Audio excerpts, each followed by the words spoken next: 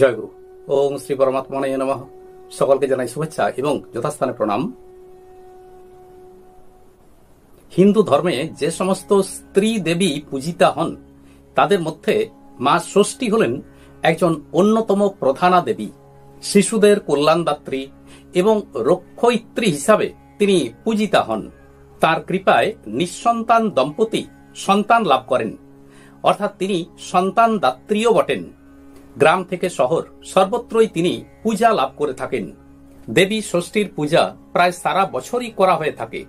বাংলা ক্যালেন্ডারের বিভিন্ন মাসে তিনি নানান নামে পরিচিতা, যেমন বৈশাখ মাসে ধুলা ষষ্ঠী, জ্যৈষ্ঠ মাসে অরণ্য ষষ্ঠী, ভাদ্র মাসে মন্থন বা চাপড়া ষষ্ঠী, আশ্বিন মাসে দুর্গা ষষ্ঠী, মাঘ মাসে শীতলা ষষ্ঠী ইত্যাদি। আজ পাঠ ও আলোচনা করব এই মন্থন ষষ্ঠী বা চাপড়া ষষ্ঠীর পুজো সম্পর্কে। দেখুন, এখানে চাপড়া ষষ্ঠীর পুজো হচ্ছে। গ্রাম অঞ্চলে ভক্তেরা রয়েছেন, আর মন্থন, একটি মন্থন দণ্ড জলের ধারে এটিকে পোঁতা হয় এবং তার উপরে পুজো করা হয়। দেখুন,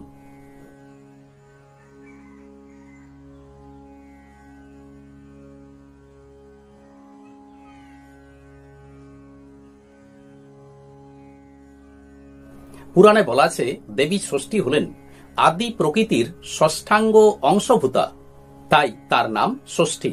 এই দেবীর পূজাকে কেন্দ্র করে সরল ও কঠিন উভয় প্রকার ব্রতেরই প্রচলন আছে। বিভিন্ন অঞ্চলে তিনি বিভিন্ন নামে পরিচিতা, যেমন কৌমারী, দেবসেনা, স্কন্দজায়া ইত্যাদি। শাস্ত্রে বলা আছে তার আবাসস্থল হল স্কন্দলোক। তিনি হলেন দেবরাজ ইন্দ্র ও শচীর কন্যা। বলা হয় দেবী জগদ্ধাত্রীর সাথে তার তাই তার বাহন হলো বিড়াল। তো বিড়ালকে বলা হয় বাঘের মাসি, তাই তিনি বিড়ালকেই তার বাহন হিসাবে পছন্দ করেছেন।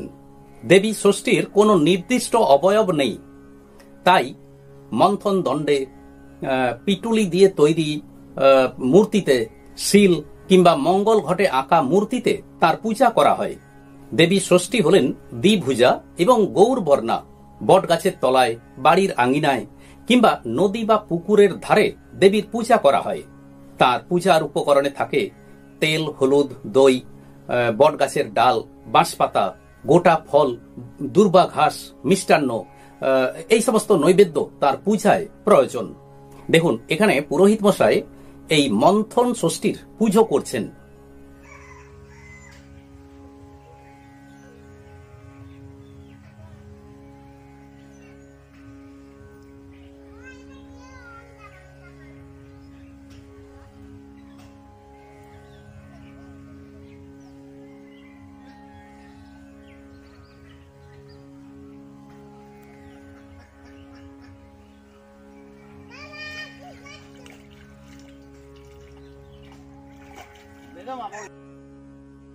পুজোর পর মা দই হলুদের ফোঁটা তার সন্তানদের কপালে দেন।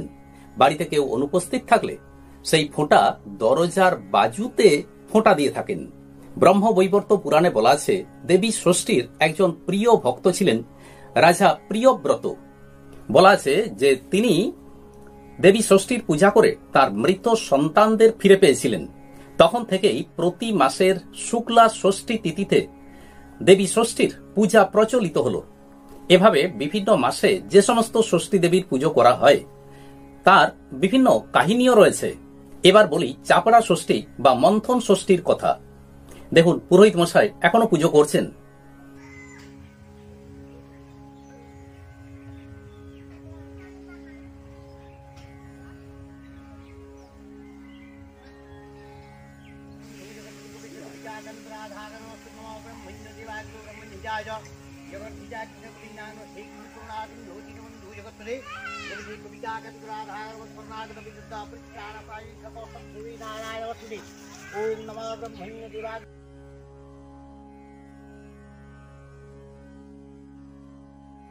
কোন এক দেশে এক সওদাগর ছিলেন।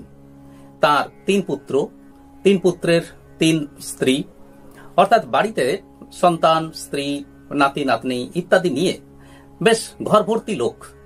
গিন্নি একদিন কর্তাকে বললেন যে দেখো, আমরা ষষ্ঠী পুজো করি, কিন্তু অন্যের পুকুরে বা অন্যের ডোবায় পুজো করতে হয়।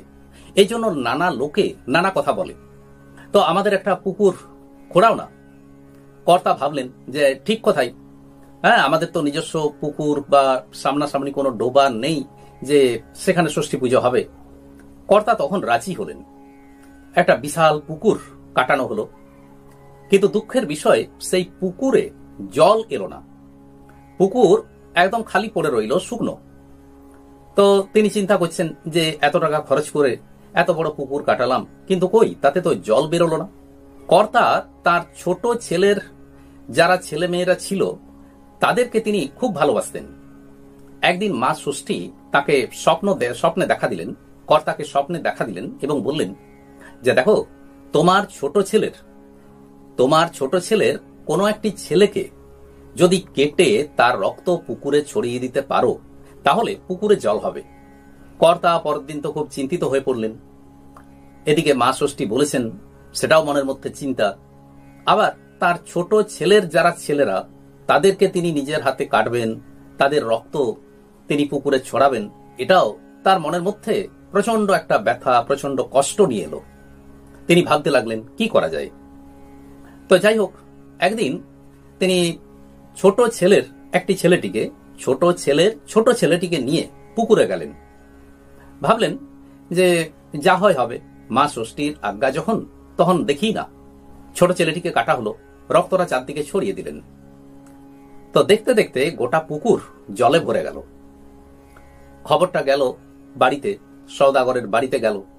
তো চিন্তা ভাবনা করছেন যে নিশ্চয়ই দেবী ষষ্ঠীর কৃপাতেই এটা সম্ভব হয়েছে। বাড়ির গিন্নি, ছেলেরা, ছেলের বউয়েরা সকলেই সেই পুকুরে গেল, দেখলো যে হ্যাঁ, পুকুর তো ভর্তি, জলে ভর্তি, অথচ গতকাল পর্যন্ত পুকুর ছিল শুকনো। তাহলে নিশ্চয়ই ষষ্ঠী দেবীর কৃপাতেই এটা সম্ভব হয়েছে। বাড়ির বউয়েরা সকলে পুকুরে নেমে তারা মা ষষ্ঠীকে প্রণাম করতে লাগলো, হ্যাঁ, হাতে করে জল নিয়ে অঞ্জলি প্রদান করতে লাগলো। ঠিক এমন সময় যে ছেলেটিকে কেটে পুকুরে রক্তটা ফেলা হয়েছিল, সেই ছেলেটি তার মায়ের আঁচল ধরে হঠাৎ জল থেকে উঠে আসে। তো খবরটা গেল বাড়িতে কর্তার কাছে যে এরকমের ব্যাপার। কর্তা ছুটে এলেন। তো তিনি দেখলেন যে ছোট ছেলেটি, যাকে তিনি কেটে যার রক্তটা তিনি পুকুরে ছড়িয়ে দিয়েছিলেন, সেই ছেলেটি দিব্যি পুকুরের পাড়ে রয়েছে। কর্তা কাঁদতে লাগলেন। এবার ছোট বৌমা, তিনিও ভাবতে লাগলেন যে কি ব্যাপার, এত কান্না কিসের। হ্যাঁ, তার শাশুড়ি মা, তিনিই বা কাঁদছেন কেন? কর্তামশাই, তিনিও কাঁদছেন। কিছুক্ষণ বাদে তিনি সমস্ত বৃত্তান্ত জানালেন যে এই ব্যাপার হয়েছে, আর আমি গোপনে ওই ছেলেটিকে নিয়ে এসে নিজের হাতে কেটে রক্ত ছড়িয়ে দিয়েছিলাম, এবং মা ষষ্ঠীর কৃপাতেই আমি তাকে আবার ফিরে পেলাম। তখন থেকে এই চাপড়া ষষ্ঠী বা মন্থন ষষ্ঠীর পূজা প্রচলিত হলো। ভাদ্র মাসে এই যে ষষ্ঠী পূজা হয়, এটি মন্থন ষষ্ঠী বা চাপড়া ষষ্ঠী নামে পরিচিত। আজ এই পর্যন্তই। আসুন এবার শ্রী ভগবানের মহামন্ত্র জপ করি। হরে কৃষ্ণ কৃষ্ণ কৃষ্ণ হরে হরে, হরে রাম রাম রাম হরে হরে। নমস্কার।